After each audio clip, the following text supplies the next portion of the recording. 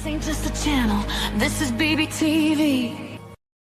It's Truthful Tuesday. No sugarcoating, no polite lies, just the kind of honesty that makes people nod slowly and rethink their life decisions. Let's talk about it. A boss be rising, BBTV's igniting, turn the volume up, yeah, the whole world's invited. From the gravel road to the neon dream, she built an empire out of broken wings. Boss be rising, sky ain't even the ceiling. When she hits go live, everybody feels it.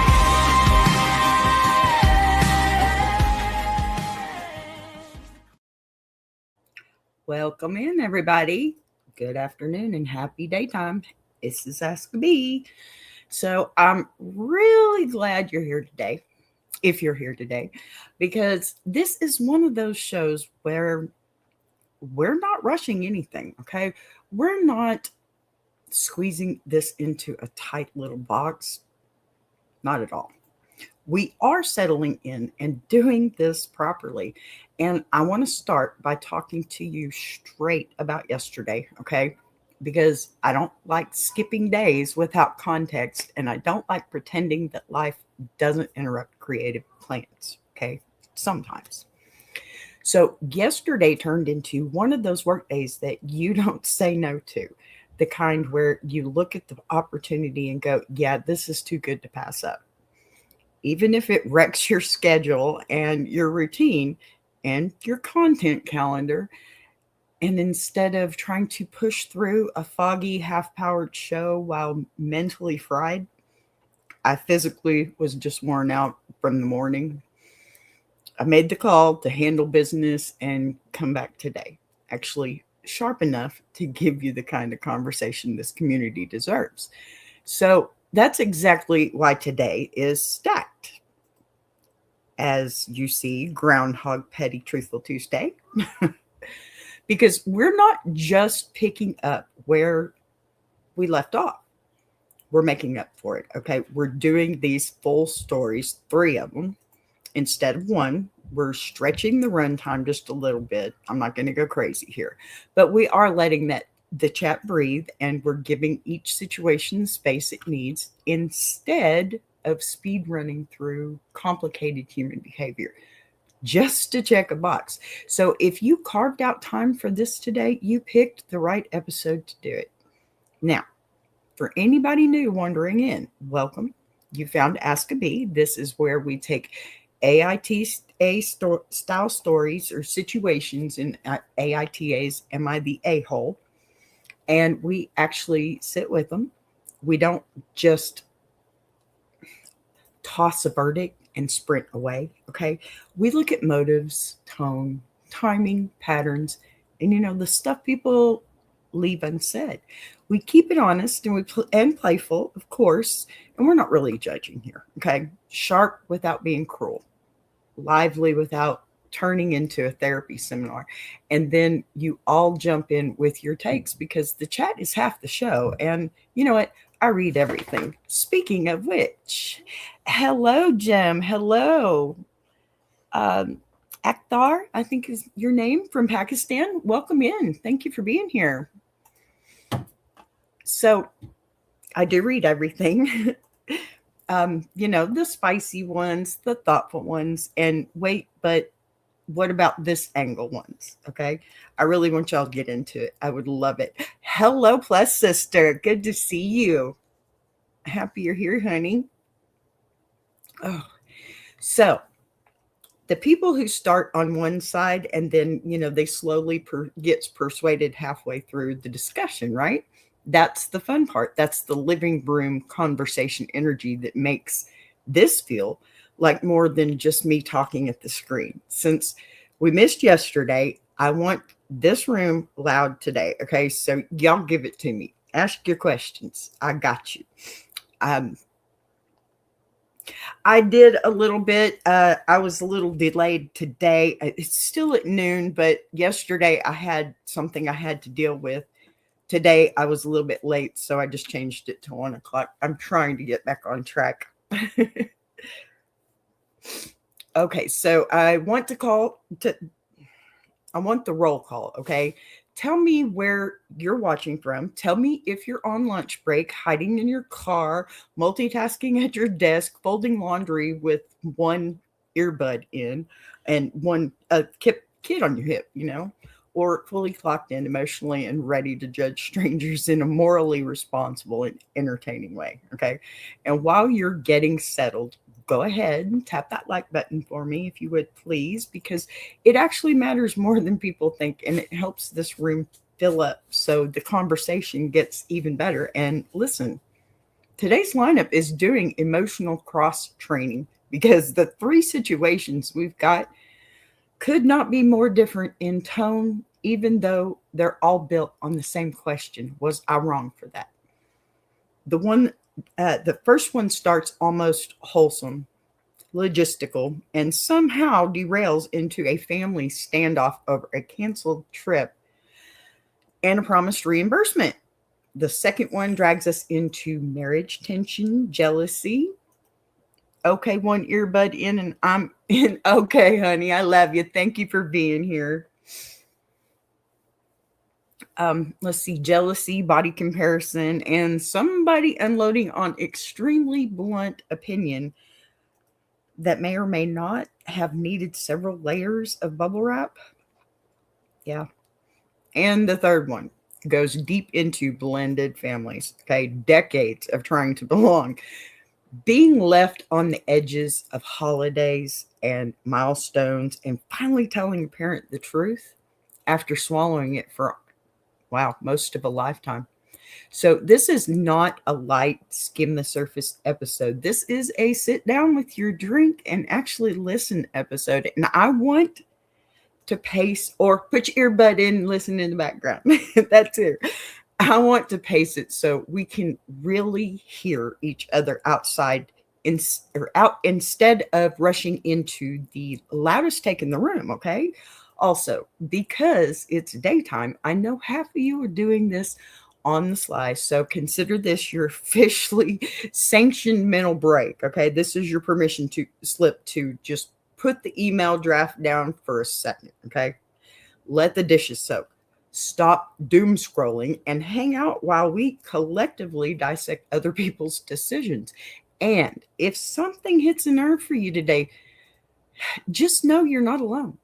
Half the reason these stories blow up online is because everybody recognizes a version of themselves or, somebody they love somewhere in the mess. Huh, Sky? Thanks for being here. I appreciate you coming in. Please hit that like button for me. And hi, not huh.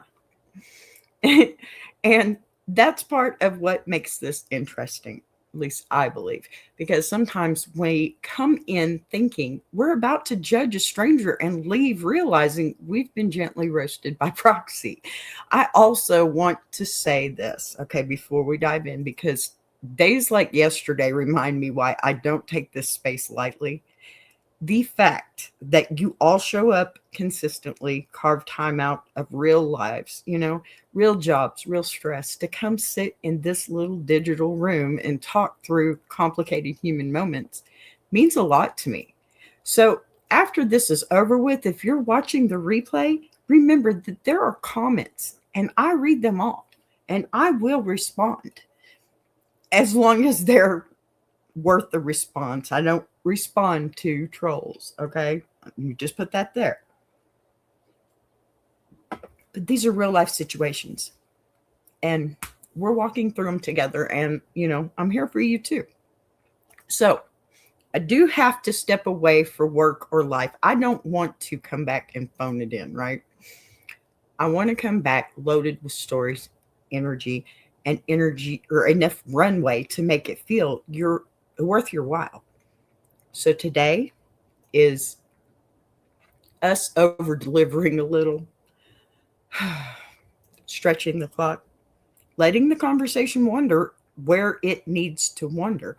And another thing, last thing I promise, since we've got 3 stories on deck, I'm going to be leaning on you even more, okay? More than usual. Because I want the back and forth. I want the disagreements that stay respectful, please. I want the people in the chat gently side-eyeing each other with logic instead of pitchforks, okay?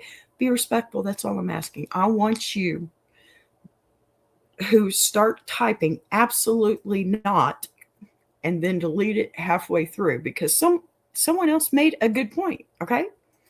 I'm here and got my boots on. Let me know for the trolls. Yes, sis. That's my girl right there. She takes care of me. So that's the good stuff. That's what makes these shows feel alive instead of scripted. So don't be shy today, okay? Jump in early, jump in often. And if you miss part of the story because someone walked into your office or your kid needed something or your boss suddenly remembered you existed, don't worry. We're pacing this slow enough that you'll be able to catch up, I promise. So take a breath. Get comfortable in your chair. Adjust the volume just a tad. Stretch your neck. We know I've got a big mouth, okay? Unclench your jaw too, because some of you kind of feels like you came in a little stressed already. And listen, settle into the fact that for the next while, your only real responsibility is to decide whether strangers on the internet behave reasonably or completely lost the plot. Because let me tell you what, our first situation involves a family trip, okay, that should have been simple and memory making. And instead, it turned into a canceled plan, a financial promise, and a whole lot of awkward follow up. And if I know this room the way I think I do, okay, the verdicts are about to start flying before I even finish reading this first line. Let me grab it. All right. Yes, you need to not do that, please. Thank you. Right there. See, I'm totally getting it. I promise. All righty. Let's see here. Get that in there. And okay. So here we go with our first story. Let me get over here to the side. This way. Okay. Hello, where are you? There you are. All right, so we have our first story. Am I the a-hole who requested payment for a canceled Groundhog Day trip? Yes, this is the Groundhog part. Yay, happy Groundhog Day. We got 6 more weeks. That sucks because Texas is bipolar weather. I'm telling you, it sucks. All righty.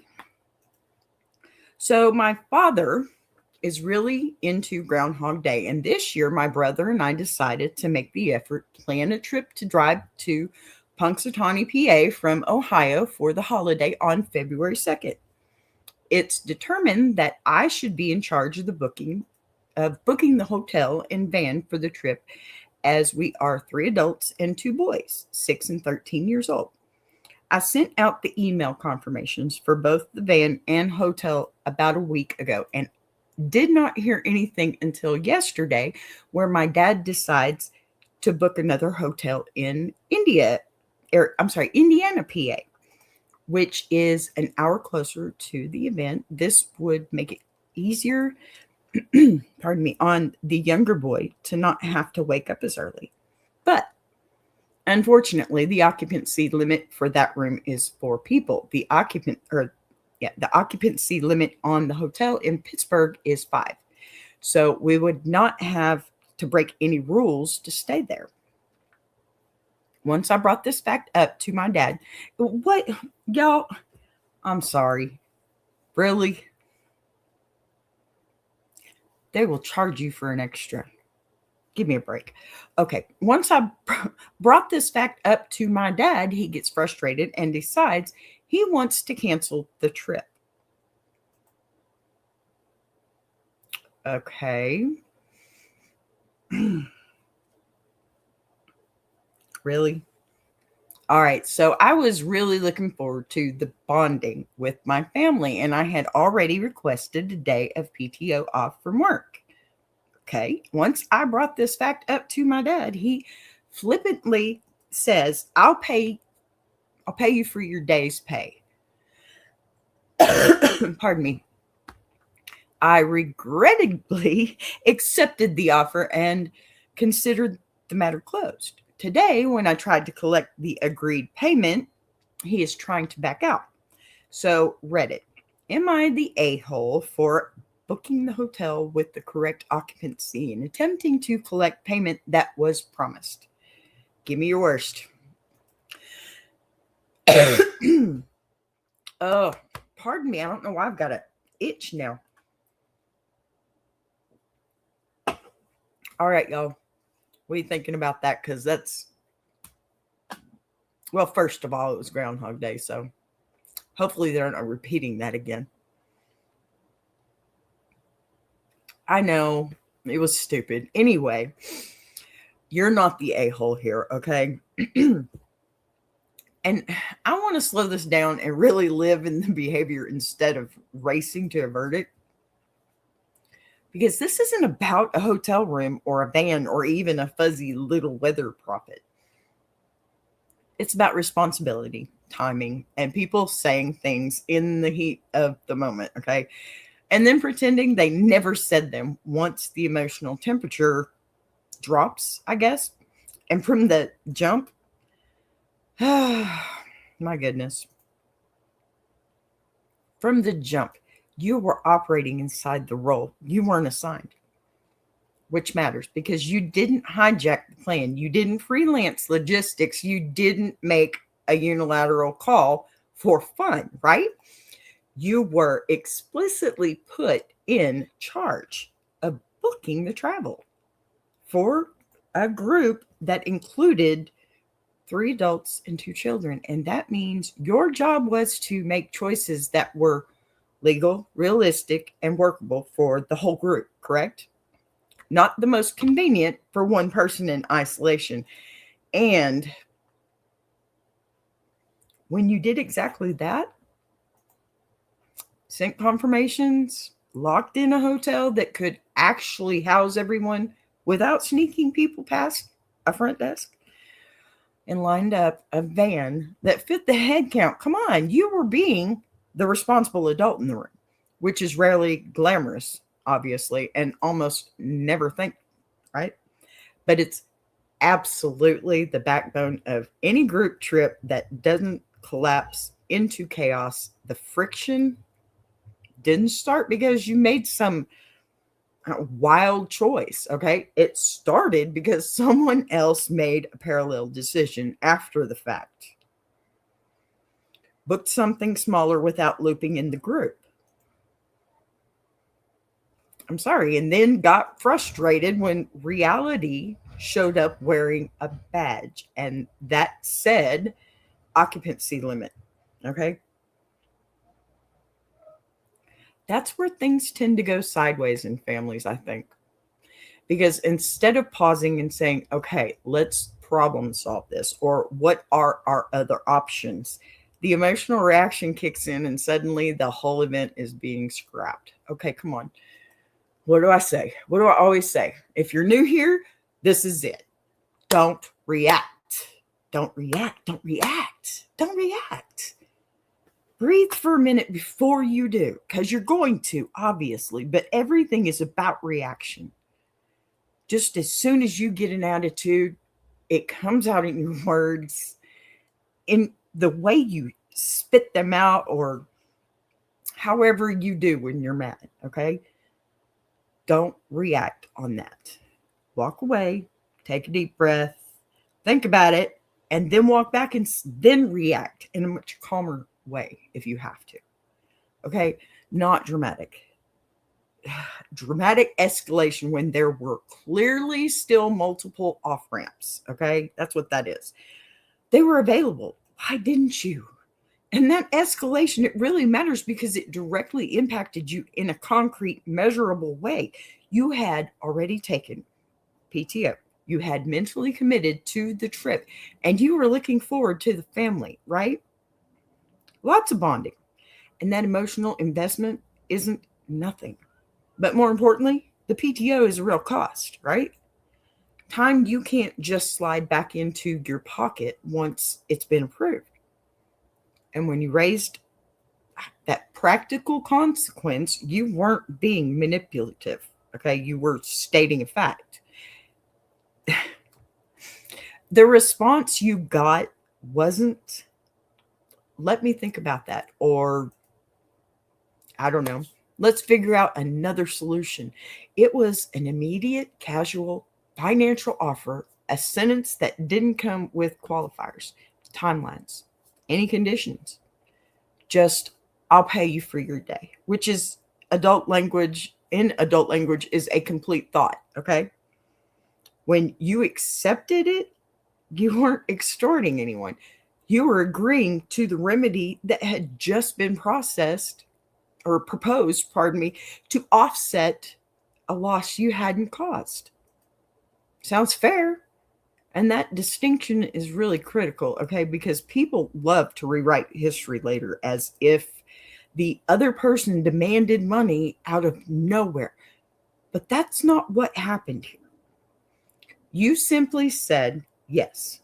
And now the attempt to back out isn't about confusion. It's about the discomfort with the consequences of words that were spoken to freely in the moment. That's what we do. And here's where Truthful Tuesday energy really kicks in, because a lot of family conflicts aren't about money at all. They're about pride and control. And you know what? The internal flinch people feel when they realize they escalated something way too fast. And now there's a price tag to attached. And instead of saying, you know what, I spoke too quickly, or I shouldn't have canceled like that, or even, can we renegotiate? The instinct is to quietly hope the other person drops it, which puts you in the awkward position of either eating the loss to keep the peace or being labeled difficult for following up on something that was already agreed to. And that's a trap a lot of people fall into, especially with parents, because come on, chasing a parent for reimbursement feels emotionally backwards, doesn't it? It does, even when you're technically in the right, but right is right. And adulthood is supposed to mean that your words carry weight no matter who you're talking to. Now, I'm also not pretending that families operate like legal contracts, okay? Because they don't. And there is always a human layer here. Your dad may have realized the cost and panicked, or cooled off and thought the whole thing was being blown out of proportion, or simply didn't expect you to actually follow through on collecting, which is its own messy category of communication failure. But none of those internal processes erase the fact that you relied on what he said. You relied on what your father said. And reliance is the key word, because you didn't change your behavior after the offer in some sneaky way. The trip was already canceled. The PTO was already taken. The loss had already occurred. The only thing that changed was that a solution was proposed and accepted. And gosh, backing out afterward, I think that shifts the burden onto you for something you didn't create. Now, I want to linger on that point for just a second, please, because sometimes, my goodness, people try to frame situations like this as, well, you didn't have to accept, or it was just something I said. But adults don't get to treat financial promises as emotional confetti once you put them into the air, okay? Somebody is allowed to pick them up and say, okay, let's do that. And the socially graceful move, if you regret it later, isn't to pretend it never happened. It's to reopen the conversation honestly. And that hasn't happened yet, has it? No, what's happening instead is a quiet retreat, which leaves you looking like the aggressor when all you're doing is following the timeline that was set in motion by someone else. And yes, could this have gone differently at multiple points? Of course it could. Of course it could. Group trips are basically a masterclass in how miscommunication multiplies. And maybe there was room to explore splitting into 2 rooms, or changing hotels, or rebooking closer, or finding another workaround before hitting the cancel button. But those are alternative universes, right? And in the universe we're in, the sequence matters. You were assigned the task. You completed it responsibly. The plan was changed without coordination. The event canceled. A reimbursement was offered, and now that reimbursement is being questioned. Why? And that sequence is why you're not the villain here, okay? What I also want to call out, and I know I said I was almost done. Hi, Des. Good to see you, honey. So what I also want to call out is that I know, I'm trying. That you didn't immediately go scorched earth or run to the internet demanding justice. You tried to collect what had been agreed upon privately, which is the calmest possible version of this follow-up. And the fact that it's turning into a standoff now is what makes it uncomfortable. Not anything you did, okay? And if we're being really honest, this is one of those moments where families test whether they actually respect each other as adults, because it's easy to brush off commitments when you're dealing with a child, right? But when everybody involved is grown, the same standards apply, I think. My opinion, I'm not a professional. Even when it's awkward, though, okay? So my ruling stays exactly where it started. You're not wrong, okay, for expecting someone to honor what they offered.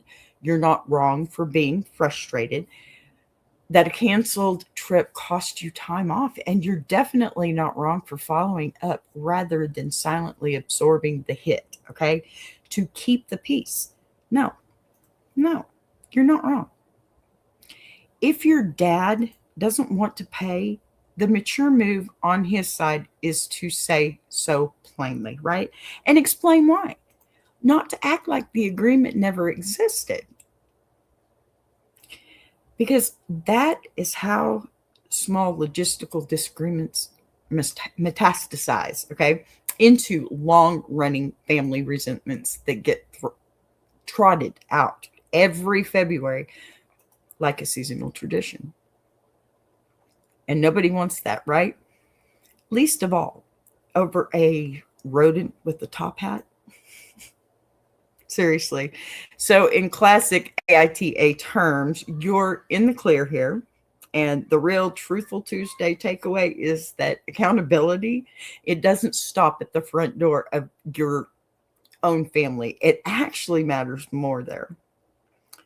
This has to be a scripted AI pre-recorded video. No, it isn't Crazy Fox Lover, but I appreciate you checking it out. Thank you for being here. Okay. Now then, we're going to go back to the next. Pardon me. All righty.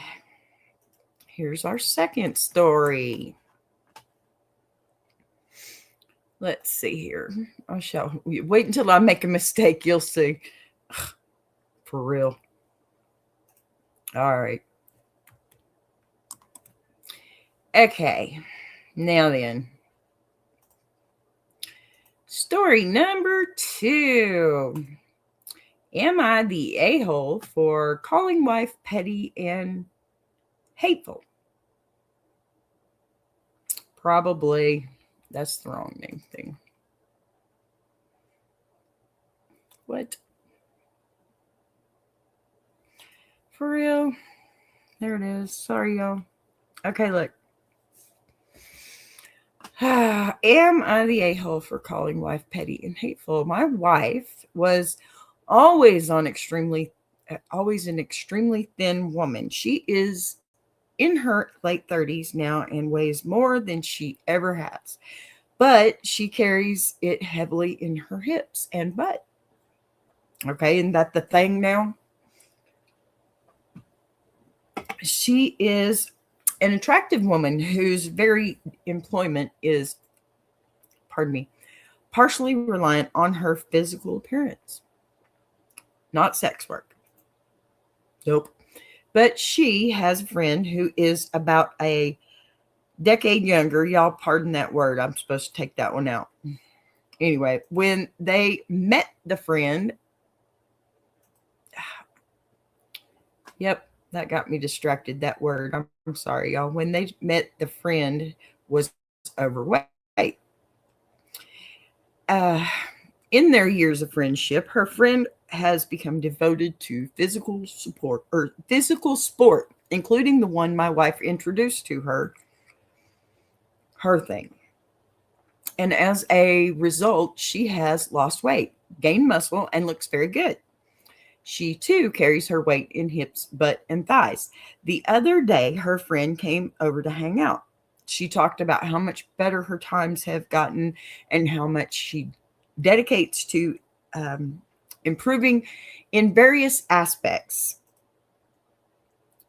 She has creative and intellectual endeavors. The two have a lot in common. As soon as the friend leaves, wife unleashes barrage of shit talk about how the friend is a poser, a wannabe, a try hard, how she's too skinny, she's not. The girl has visible abs and looks very fit. She even said real women have curves, but they both have the same body type. Uh-oh. Right, Des? That's what I'm thinking too. So after hearing her shit talk her friend to death, I had lost it and told her she was being petty, mean, hateful, and small. Oh, good for you. Good for you, sir. I told her that I love her body, but if she's uncomfortable with her weight, she talks about it constantly, then to do something about it, then to do something about it. I've seen her working out. She puts in half the effort of her friend. There you go. Quits readily, makes excuses, and has even overblown medical conditions, only to lose all symptoms as soon as she gets home. Of course she did. Of course she does. She claims to be an artist, but she spends most of her time on her phone. She claims to be a pro at all the things her friend is actively practicing, but she doesn't do any of those things and hasn't for most of the decade that we've been together. I don't mind these things, but this girl is a good person and a good friend and doesn't deserve to be treated that way. Okay, even behind her back, especially by her best friend. My wife doesn't work more than a few days a month and brings in almost no income. If she wanted to pursue anything, she is free to do it. But she instead chooses to complain and tear others down. Pardon me. I've been staying in my office the last 2 nights. Ruh-roh. Wait. I think I needed to go to the next one. Okay. So, am I the a-hole for speaking up about this? I don't know if this is a typical behavior for female friendships. There's 2 edits. I'm going to put those up too first because they're important. Okay, edit number 1. I love my wife. We have a very straightforward manner of speaking to one another. Our relationship is not in trouble over this. It is simply an argument. That might mean that for you, sir. But she's a woman. She's holding a grudge. In the back of her mind, she may not ever say anything about it, but in the back of her mind, she is. And if you're a woman that says you don't, you're lying. Okay, I am looking for advice on how to proceed. I do feel like an a-hole, but I feel like she is, or I feel she is being unreasonably cruel. I'm going to save my verdict on this one, okay? Because we have a second edit, of course. I think I may be too harsh, or I think maybe I was too harsh. I do not hate my wife. I am just going to talk to her. Thank you for the perspective. Yeah. Everybody kind of earns a side eye in this situation, if you ask me. And no, you didn't, but I'm going to tell you anyway. What? I know. First, he's like standing his ground, and I'm sorry, I agree with him at first, but these edits were like, I want to say this without getting in trouble with YouTube. He's kitty whipped. Yeah, that's what I'm going with. And it's got to be golden to put up with that kind of petty. Sorry. Yes, we had our groundhog. This is our petty. Lord, help me. Help them. Help us all, okay? Everybody kind of earns that side eye. I can't lie here, okay? That's not me doing the dramatic gavel slam either. That's me saying this is one of those arguments where good intentions, bruised egos, and terrible delivery all piled into the same room, and nobody walked out smelling like roses. No. Because on one side, you've got a spouse venting in a way that crossed out of I'm insecure and hurting and into I'm unloading bitterness onto someone who isn't here to defend themselves. Okay. Facts. Sorry. It's not cute. It's not classy and not how you treat a person you call a best friend. Even when jealousy is tapping you on the shoulder, whispering spicy little thoughts. But on the other side, you responded by going full character assassination, TED Talk, stacking observations about her effort level, her hobbies, her health, her income, and her follow through in one big emotionally nuclear bundle. And you detonated it right in the middle of an already sensitive moment. Listen. Some of what you're saying might contain kernels of truth, okay? But truth delivered with a flamethrower is still a flamethrower, okay? When someone is clearly spiraling about their own body, aging, comparison, and relevance, calling them petty, hateful, small, and then listing all the ways they fall short compared to the person they're already insecure about is basically pouring gasoline on an insecurity fire, okay? Take a breath. Just take a breath. Acting surprised when the room gets hot, okay? Now, where I'm firmly not letting her off the hook is the post-hangout trash talk, okay? Because, listen, tearing down a friend's looks, work ethic, creativity, ambitions, the second they leave the room is not just venting. That's mean-spirited coping, okay? And it usually shows up when someone is scared that they're falling behind, scared they're losing something that used to define them, okay? Or scared that admiration is shifting away from them and towards someone else. And instead of saying, I feel weird about how I compare myself to her lately, they swing for the cheap seats and start narrating a roast nobody asked for, okay? Which does not make them evil, but does make the behavior ugly. So where you stepped wrong is that, listen, instead of naming the behavior, hey, it doesn't sit right with me when you tear her down like that.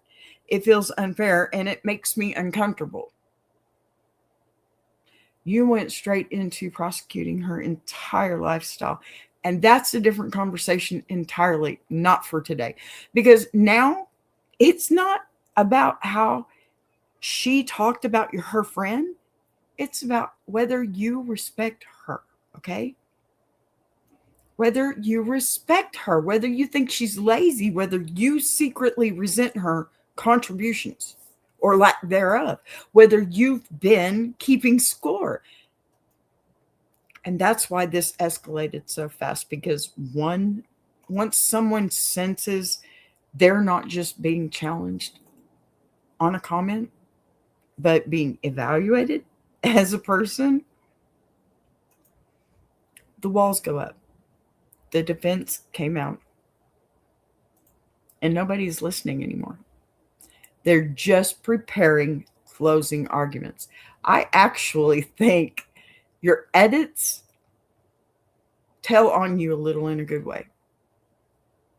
In a good way. I said in a good way, okay? Because backing up and admitting you might have been too harsh is exactly the pivot people make when the adrenaline wears off. And they realize, okay, I was aiming at the behavior and accidentally hit the whole person. And that doesn't mean your discomfort was wrong. It means the delivery overshot the target by several zip codes. And that usually is where these fights live. Not in whether something should have been said, but in how it went and when it was said. Okay, if you want to proceed in a way that doesn't turn this into a reoccurring loop, the next move isn't doubling down on the comparison list or acting like she's on trial for crimes against productivity. Saying something closer to, when you went after your friend like that, it made me uncomfortable because it felt cruel. And I know you've been frustrated about your body and your goals lately. So I'm wondering what's really going on under that. That's not hard. It's not hard. Because that keeps the spotlight on the behavior you objected to, while also acknowledging that insecurity is probably driving the bus right now. It's true. And for her part, if she's being honest with herself, she's got to own that envy and comparison don't magically become harmless just because they happen in private. And that speaking viciously about someone who's supposedly close to her, yeah, it's not a great look no matter how bruised she's feeling. And if she's really unhappy with where she's at physically, creatively,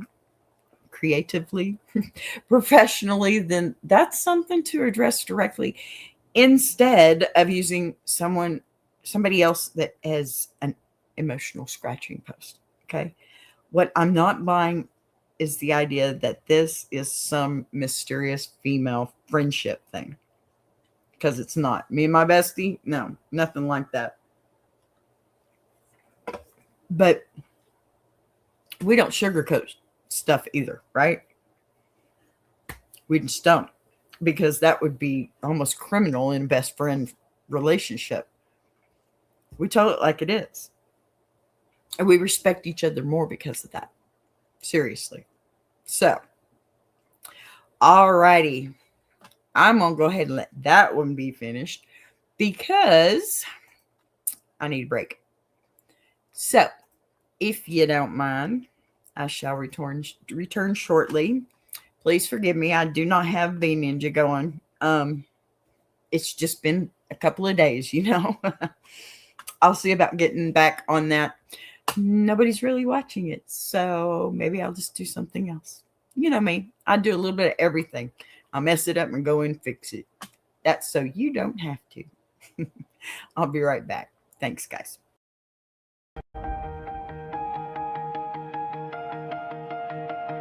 She came from the quiet storms, built a fire from the ground, turned a whisper to a warning. Now her voice shakes the town. Every setback was a lesson. Every doubt became a key, unlocking something bigger. That's the rise of Boss B. When the lights go low, her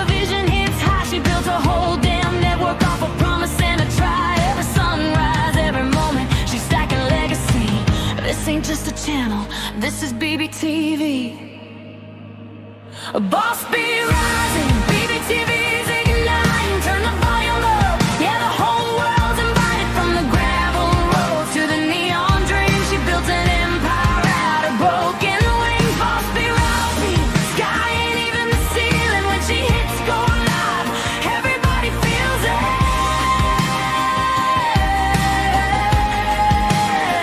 She's the queen of the comeback, the storm in the stream, crafting stories out of heartbeats, making visions out of dreams.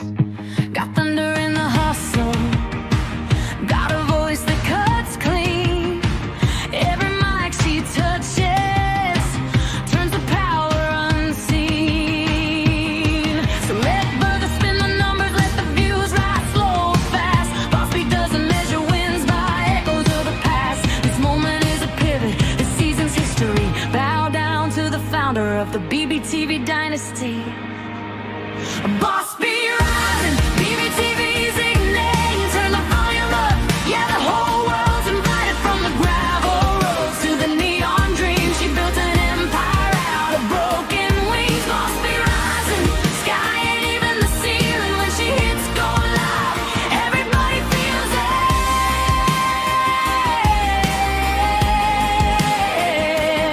She's got fire in the edits, got truth in the frame, got a heart that won't retire and a gift you can't name. Every loop, every letter, every dream she sets free, it's a love note to the world sign. Boss beat, and the world keeps watching as the numbers climb, but she's counting all the moments, not the dollar signs. From the late night grind to the daylight scene, she's building something bigger than the algorithm's dream. Boss be rising, BBTV shining, her story's rewriting, a legacy in real time.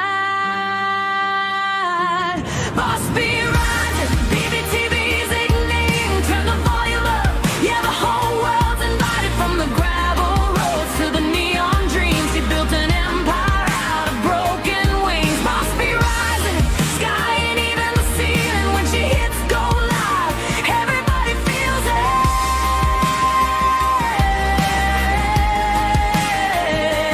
BBTV, where the stories breathe. BBTV, where the dreamers believe. Boss be rising, watch her take her place. This is BBTV, this is her grace.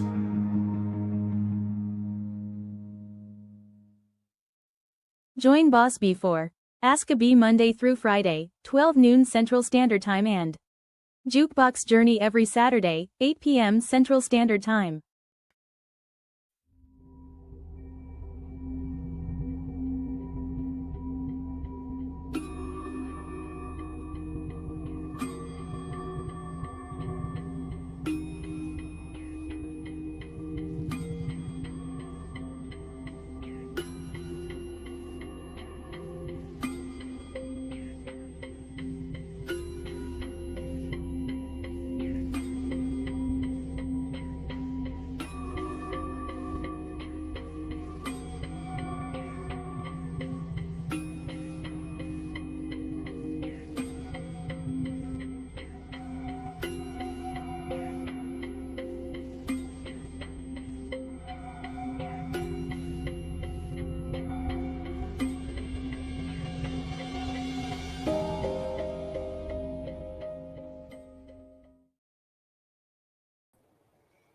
All right. Welcome back. Here we go. This is our third and final story.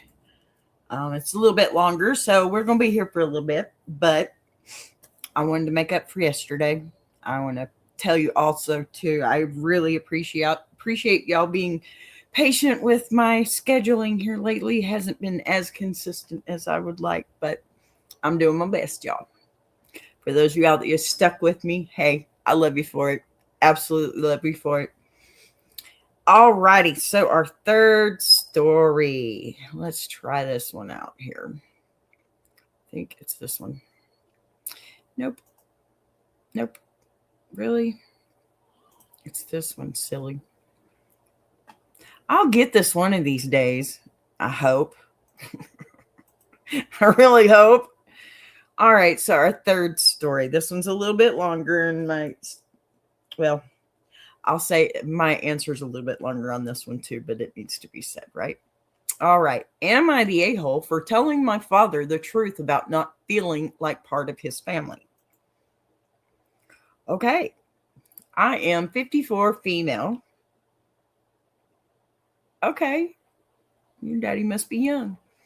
Have one brother in his 30s and four sisters, all between the ages of 20 and 35. Was invited to my sister's wedding. Now, a few years back, I got to participate in my brother's wedding. I made the cakes. Oh, how nice. I was very proud to do it. Aw, that's cool. Okay. My siblings are all half siblings from two previous marriages. Yes, he's been married 4 times. When it came time for my oldest sister to get married, I was so excited. She used to call herself by my name. That's so cute. That is adorable. She was even the flower girl in my wedding. Aw. I have tried over the years to get close to them, but they just live very different lives. Yeah. My mom and dad were married young. I was only 4 when they divorced. Ouch. My father's second marriage, he had 3 more. Okay. I was old enough to spend a lot of time playing mother hen. Oh, yay. Okay. And I was so happy for it being my mother's. Oh, I was so happy for it being my mother's only child. I think they mean just because they were her mother's only child. Never mind. I'm going crazy. I really have tried to be there for all the events: Christmas, Thanksgiving, birthdays, and any days.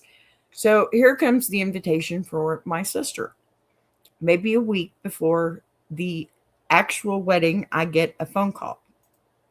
No, not an actual invitation sent by the bride. A text from my stepmother complaining I don't answer my text and that the wedding is in a week. Oh, yikes. They want me there. Okay. Of course, and yet again, I ignored the attitude because they don't know me or my schedule or that I have literally no time for anything. So I make the effort to be there. Okay. It was a beautiful place in wedding. After the actual ceremony in the sweltering heat, they started up taking pictures of the family. My husband took our granddaughter and walked off, and I stepped up as the photographer. The photographer is starting to take pictures of the whole family. I'm standing right behind the photographer as he snapping. My dad and my sisters waved at me and smiled, not waving for me to come be in the picture, just simple hi and a smile. Ouch. This one's burning me already. I wanted to step up but couldn't get there, and no one was trying to get me there either. I mean, even cousins that I grew up with that were favorites, but not me. Man, y'all, you got me rocking on this one. I'm going to get mad. Okay. And that really kicked me in the gut. Of course it did. Then I left. I said nothing. I just left. I don't hear from him or any of them for a while. The following Thanksgiving, I heard and said nothing. So no invite, as always. Then 3 days before Christmas, I get a message. Dad is having back surgery on Christmas Eve. We won't be having much of a Christmas. I said, okay, tell my dad I love him. And that was it. I never heard if he was okay. I sent a message a week later to my dad telling him I love him and I hope he's okay. Nothing for 2 days. Okay, he's had surgery. I get it, but he's also home already. Fast forward to last Christmas. I get a message. Your dad had another back surgery 3 weeks ago. And what? 3 weeks ago. Okay, she's 54. Her dad can't be that young. And he's having back surgeries every year. Really? 3 weeks? Okay. And he would really like to see you all this year. Well, guess who couldn't make it? Okay. Now I'm conflicted. When asked why I told him the truth about how he makes me and mine, because yes, my children feel the same. Ooh. Feel like a third wheel every time we go there or are there. My son did go, but because we want my son's daughter to know them. Regardless, it will be her choice to make if she spends time with them. Okay. I applaud you for that. Okay. And now I haven't heard anything at all since. Am I the a-hole for not staying quiet, even though has always been like this in some way? Okay. So I guess you went ahead and told him how you felt. Wow. Yeah. I'm going to bring that one down because I didn't even go through the other ones, but it's fine. There's so many things I want to say right now, and I'm just not sure what to say. That is a whole melodrama going on there. I mean, you're not the a-hole, okay, for finally saying something. And I want to sit in that for a long minute, okay, because what you're describing, it isn't a one-off awkward moment. It's a decades-long drip of being peripheral, of showing up anyway, of swallowing disappointment politely, of, making yourself small so the room doesn't get uncomfortable. And people underestimate how exhausting that is until the day they realize they've been carrying it for 30 or 40 years or 54 years, and their arms are shaking. This isn't about one photo at one wedding. It's about the cumulative weight of being the one who rearranges schedules, drives in heat, keeps the peace, ignores tone-deaf messages, shows up without formal invitations, accepts silence on holidays, sends "tell dad I love him" text into the void. Pardon me, hold on.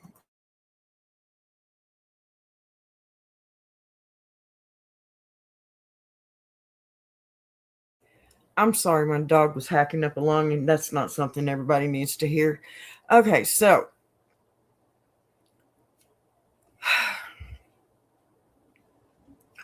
waits days later for replies after surgeries and still keeps the door cracked open because hope is stubborn and family history runs deep. And I guarantee you, if you're anything like me, your father is where you got the stubbornness from. So that photo moment, it didn't hurt because of the camera. It hurt because it crystallized a pattern. Everyone assembled, everyone counted, and you hovering behind the lens like an afterthought. I mean, figuratively, I'm assuming you couldn't get around to get over there because the photographer was in the way and you didn't want to jump in the middle of it and mess up the picture or something, because he was not going to stop. He's a photographer. He's getting paid. He's going to give you as many pictures as possible, right? In my opinion. So you hovering behind the lens like an afterthought, when nobody moved, nobody waved you forward, nobody stopped the process to make sure you were included. I mean, because it sounds to me like you're the oldest of the group. And no, I'm not saying just because you're the oldest, you should be, I don't know, worshipped or looked at differently. What I'm saying is it sounds like they don't even look at you as if you're one of them, Or they would have said, hey, wait, my sister's not in here, or my daughter's not in, whatever, right? Instead, they just look at you, wave, and smile. Your body clocked the message before your brain could, okay? And before it could soften it. And sometimes the quietest exclusions land the loudest, don't they? What really stands out to me is that you didn't explode at the wedding. You go, girl. You didn't cause a scene. Your sister still had a perfect day. You didn't confront anyone under a white arch in the heat. You just left, which is the move of someone who has spent a lifetime choosing grace over disruption, even when it costs them. And then months pass with no outreach, no Thanksgiving invite, a clipped Christmas update routed through other people. Wow. Medical news delivered without follow-up, or delivered 3 weeks later. Oh my God, that slow realization that the emotional labor is almost entirely traveling in one direction. And that does something to a person. It teaches them to brace, to lower expectations, to pre-grieve gatherings before they happen. And still, look, still, when your dad said he wanted to see you, you didn't respond with cruelty or a list of grievances. You responded with honesty about how being around them makes you and your kids feel like a third wheel. That matters. Because you didn't weaponize the past. You named the impact. And people sometimes confuse honesty with hostility when they've gotten used to silence benefiting them. Now, could staying quiet have preserved surface peace? Sure. But at that cost, what cost, really? Because silence isn't neutral when it keeps one person swallowing hurt year after year. Silence is just pain with good manners. And the fact that your children independently feel the same thing is blinking the red light that this isn't imagined or oversensitive. It's something they've absorbed too, which means you weren't just speaking for yourself in that moment. You weren't. You did what you always should do. You played the mom card first. Because it's more important than you. As is everybody else, right? Tell me I'm wrong.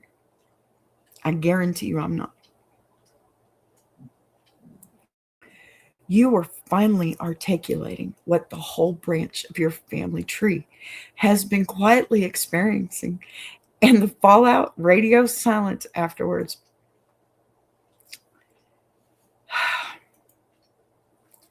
But it doesn't automatically make you wrong, okay? Because sometimes when you stop cushioning people from the truth, the first reaction is to distance, not dialogue, especially if the truth disrupts a narrative where everyone believes they've been perfectly fair. What I will say, very gently but clearly, is that telling the truth doesn't obligate anyone else to respond well for it or to it. And that's one of the hardest parts of finally speaking up. You do it hoping for recognition and repair, maybe even an awkward but honest conversation. And sometimes what you get instead is withdrawal. It is. It is. Which can feel like confirmation of the very thing you said out loud. That swings in a whole new direction. Still, the alternative, going back to swallowing it? No, showing up cheerfully to rooms where you feel invisible. Teaching your kids by example that love means tolerating erasure. Would have cost you more in the long run, don't you think? And I don't think that's what thankful energy is actually about. I think gratitude isn't pretending things don't hurt. It's valuing yourself enough to stop participating in dynamics that quietly break your heart. Your son going so his daughter can have the option of connection was generous, not spiteful. Okay? No. And you didn't forbid relationships or slam doors. You simply chose not to keep subjecting yourself to something that consistently leaves you feeling small. And that's not cruelty. That's boundaries forming late in life after a long career of endurance. A career, yes. that long, yeah, career. Could there still be a version of this where you and your father talk again? Yes. And if that happens, the most powerful posture isn't accusation, it's steadiness. I love you and I want to be a part of your life, but when we're excluded or only contacted around emergencies, it hurts.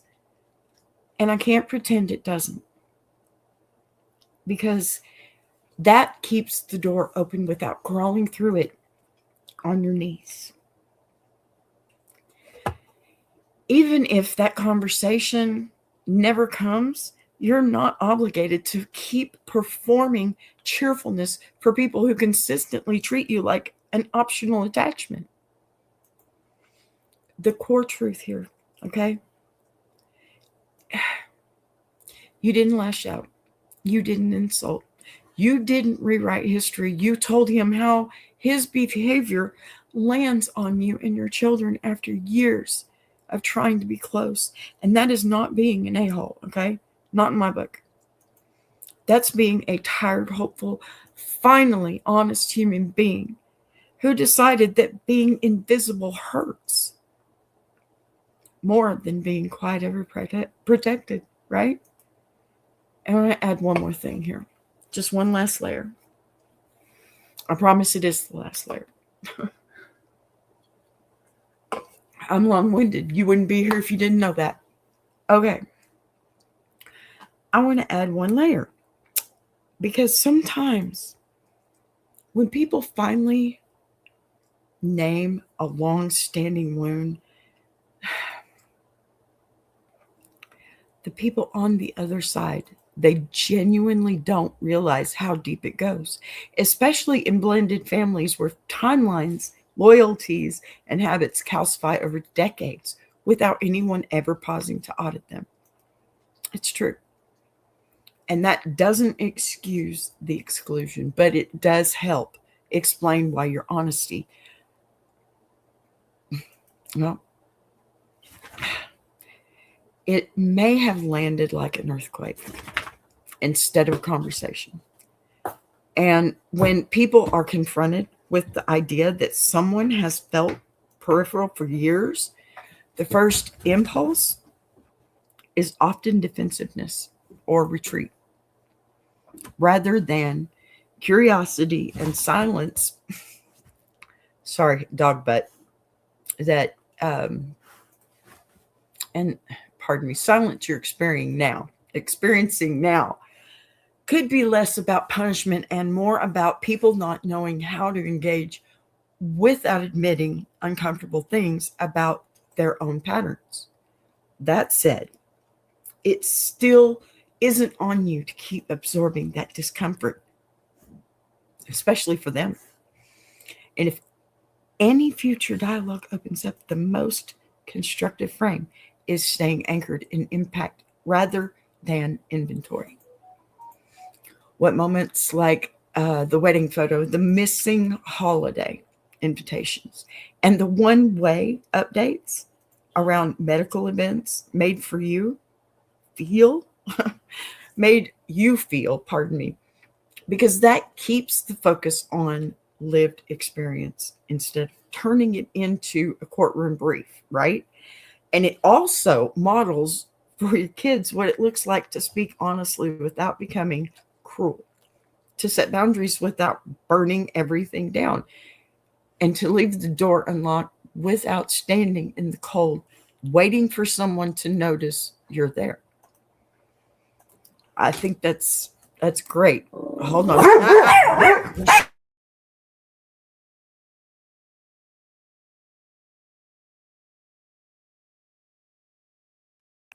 Sorry, guys. Okay, my goodness. Sorry. Puppy dogs. I can't do anything else with them. They're crazy. All right, so I am going to go ahead and roll on out of here. But before we do, I just want to say this. Okay, this was one of those shows where you could feel the room working because we covered 3 completely different situations, and somehow every single one circled back to the same core question of how people handle conflict when emotions get loud, pride gets involved, and timing is terrible. And I love days like this because, you all don't just throw verdicts and disappear, okay? You actually wrestle with the gray areas. You change your minds in real time. You point out things other people missed. And you remind each other that human behavior is rarely neat, even when the internet wants it to be. So thankful. I'm so thankful for all of you for being here. Thank you. So thank you for bringing thoughtful takes, playful side eyes, and just enough spice to keep it interesting without turning it ugly. We had canceled trips and promised money, and we had jealousy and blunt honesty inside a marriage, and we had decades-long family dynamics finally being named out loud. And if nothing else today proves, it's that silence, sarcasm, and explosions, and I was just being honest, all have very different consequences when even when they come from understandable places. And the fun of this show is never just picking a winner. It's watching the chat unpack when they're here to unpack, and the comments later, and the why behind people's choices, and asking ourselves what we might have done differently in the same spot. Because let's be real, half of the time, the lesson sneaks up on you 5 minutes after you typed your verdict, right? I really appreciate you all carving out time in the middle of your day to hang here, especially knowing a lot of you are multitasking, sneaking listens at work, or taking a middle break when you probably need it more than you realized. And it's days like today where we stretch the format, stack the stories a little bit, and let the conversation breathe. They're exactly why I love doing this with you. So if you just wandered in late or had to dip out halfway through, don't worry. The replay will be there waiting for you. And the chat is always worth scrolling back through, because some of you drop wisdom like you didn't even mean to. Make sure you're subscribed, please. And hey, please consider becoming a member. Make sure notifications are on so you don't miss the next one. It will be tomorrow, very hopefully at noon, okay? If not, it will be 1 o'clock. If not, I will post that I'm not going to be here, I promise you. And if you've got a story that's been living rent-free in your head and you want it on the table for future episodes, you know where to send it, right? If you don't, I promise you, I'm about to show you.